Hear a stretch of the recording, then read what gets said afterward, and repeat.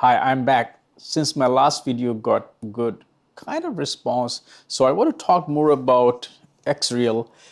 I've been watching some, of course, YouTubers that they are kind of criticizing these AR VR glasses, as I would say. They are not AR VR glasses, they are wearable monitors. There's no augmented reality there, there's no virtual reality there. It's just monitors that you can wear. It's just like headphones. These are not augmented headphones, you just wear. It's like wearing speakers in your ear. So this is more or less like an accessory, just like headphones.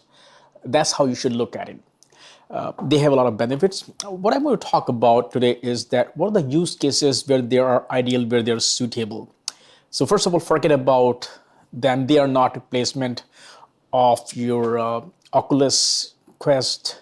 They are not replacement of your Vario. They are not replacement of your upcoming Vision Pro. I even saw a YouTuber who talked about, hey, forget about Vision Pro.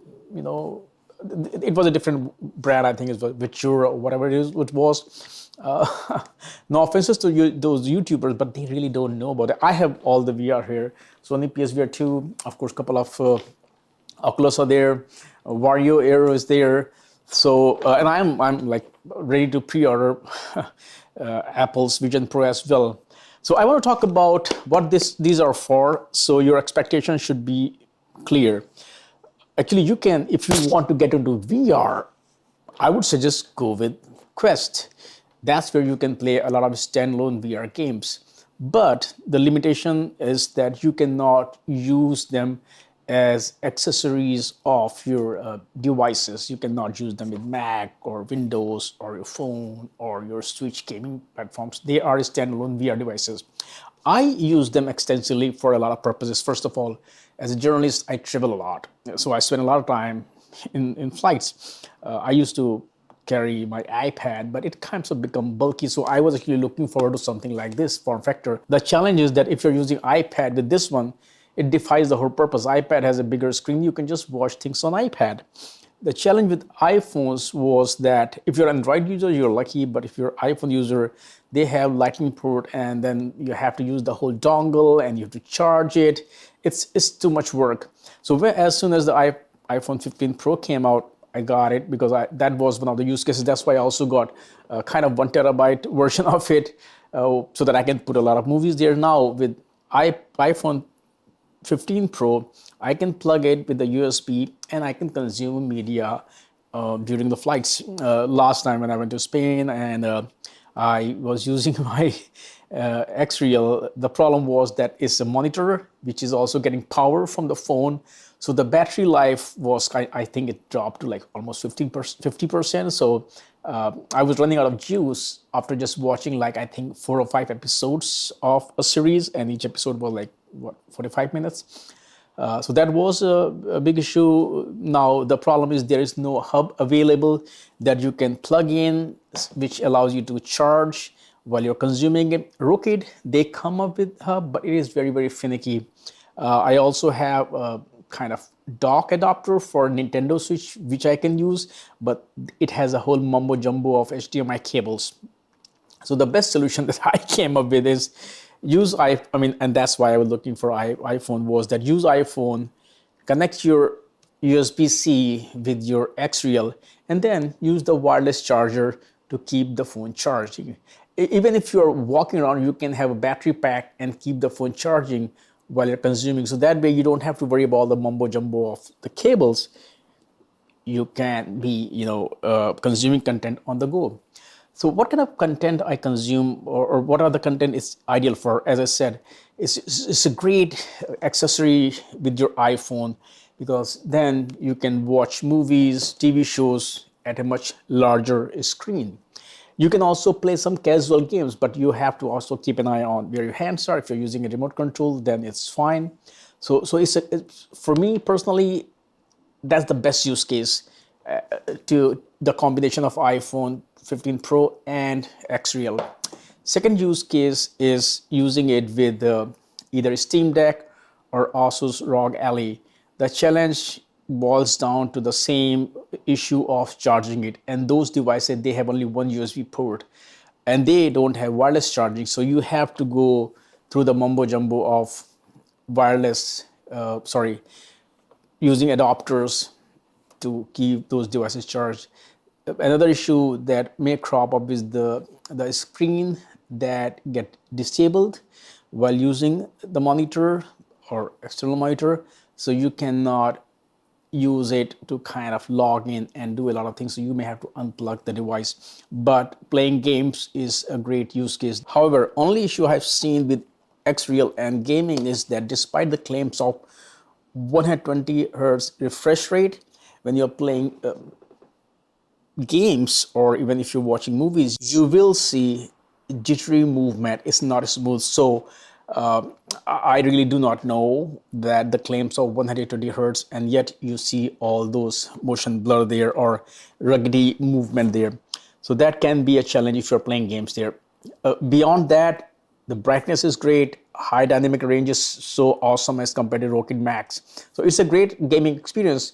But if you're playing any game that involves a lot of movement, like for example, the latest Viture game came out. If you're playing that game, that's going to be a challenge. If you're playing any other game, like on Nintendo Switch and stuff like that, that should be fine. What about work?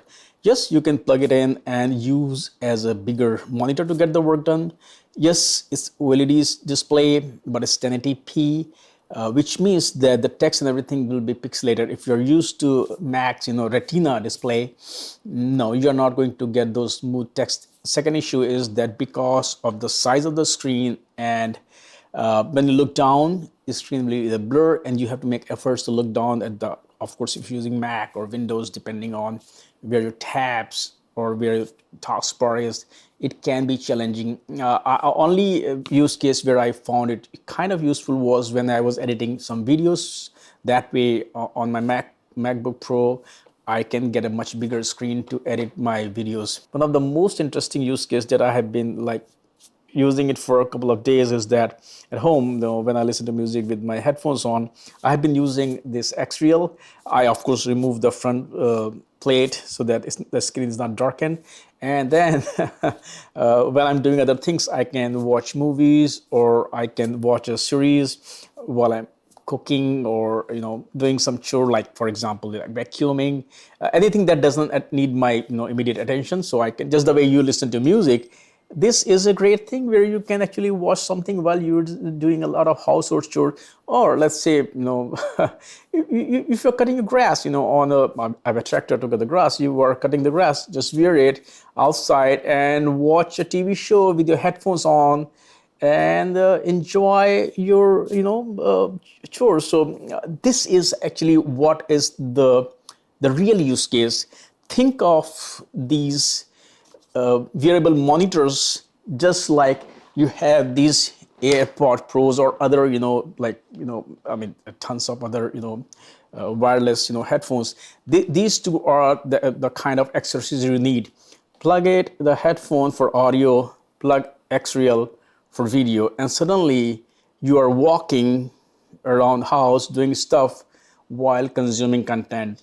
So, and this is the real use case. This is not AR, this is not VR. So don't listen to folks who are saying, hey, you know what, this is underwhelming. No, it is not underwhelming as long as you understand the use case. So I think it's a great device for all those folks who want to consume content in that way. As I said, wear them when you're doing household chores. Don't use them when you're doing anything really critical, like woodworking. I have a woodworking workshop. I'm not going to wear them while I'm cutting wood, but some kind of mundane household chores.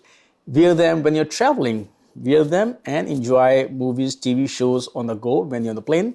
You can also, when you're going for long walks, wear them, get a battery pack, and you can go for a walk, morning jog, and enjoy a video and audio. Of course, you can play games. I gave a caveat that you cannot play a lot of games because of the refresh rate issues. Maybe they will fix it with some firmware upgrade.